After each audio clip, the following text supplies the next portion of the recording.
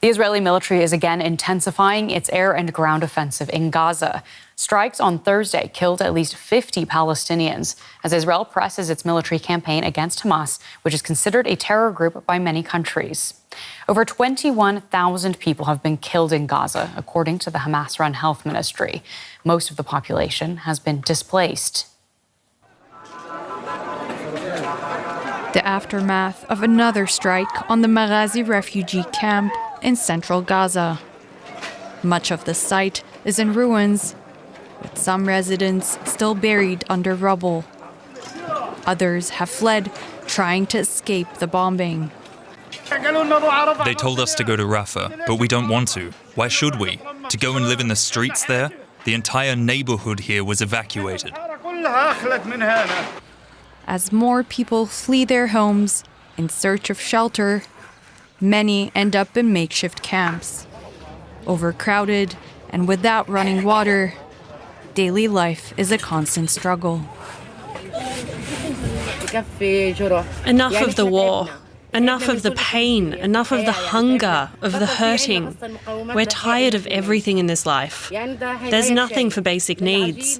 It's difficult to make dough, to wash clothes. We have to bring water to drink and to wash. We're all suffering. We need to buy sanitary towels for girls and women, but we can't find any. We have to wait in long queues. With supplies running low, food prices are also soaring. The UN Refugee Agency has warned that 40% of Gaza's population is at risk of famine. Some people can't even buy canned food because of the prices. They're 10 times higher than before.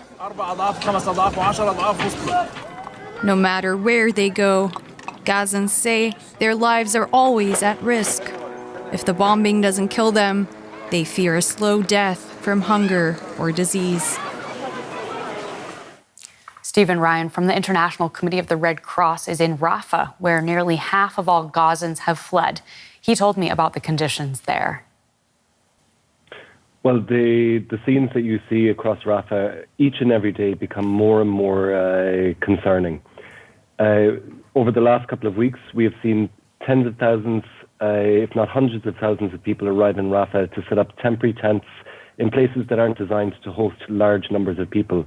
You would have seen in the report just now that the conditions in these places are not suitable. There isn't enough water, there isn't enough shelter material, there isn't enough sanitation, and certainly people also don't have enough access to food.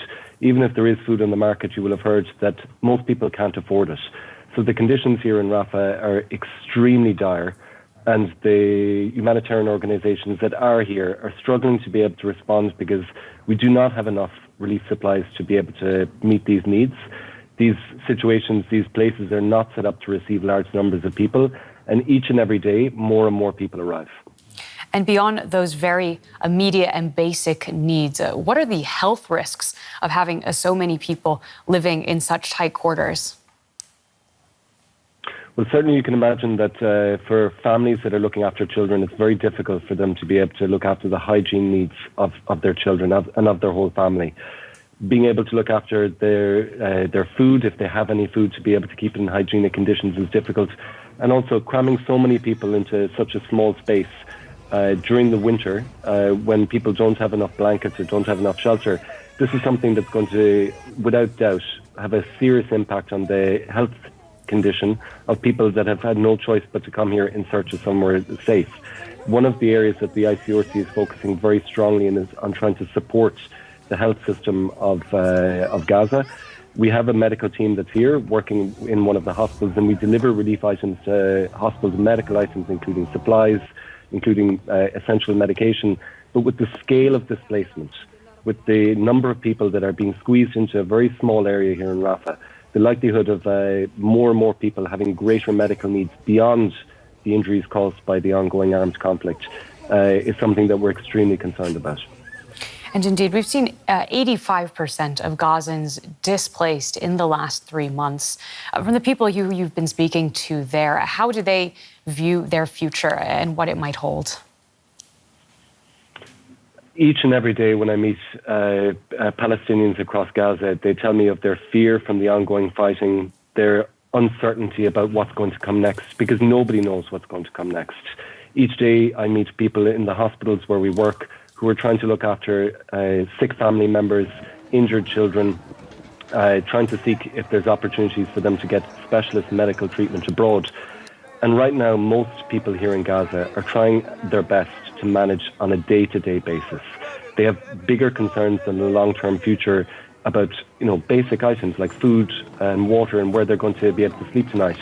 But certainly what is needed here, without doubt, is a political response that leads to a respite for these people, these civilians, who continue to be severely affected by this ongoing fighting. Thank you again so much for making the time to speak with us. That is Stephen Ryan from the International Committee of the Red Cross in Gaza. Now, there are also calls from within Israel for a way out of the war. I'd like to get across to DW's correspondent, Jan-Philipp Scholz, joining me live from Tel Aviv. Now, I understand there's a rally planned there in Tel Aviv for tonight. Can you tell us what we can expect? Yes, people are already arriving, and it's one of those rare occasions where Jews and Israeli Arabs are coming together. As you know, Israel has a very mixed population. About 20% are Israelis with an Arab background, and they often define themselves as Palestinians, but very often they are divided in society, and this is one of the occasions where they come together. It might not seem to be a big thing, but it actually is, and it's something very courageous in those polarized times here. People say the only way forward, the only way to find a solution to the conflict is a peaceful coexistence, and peace is also the only way to bring real security to the region.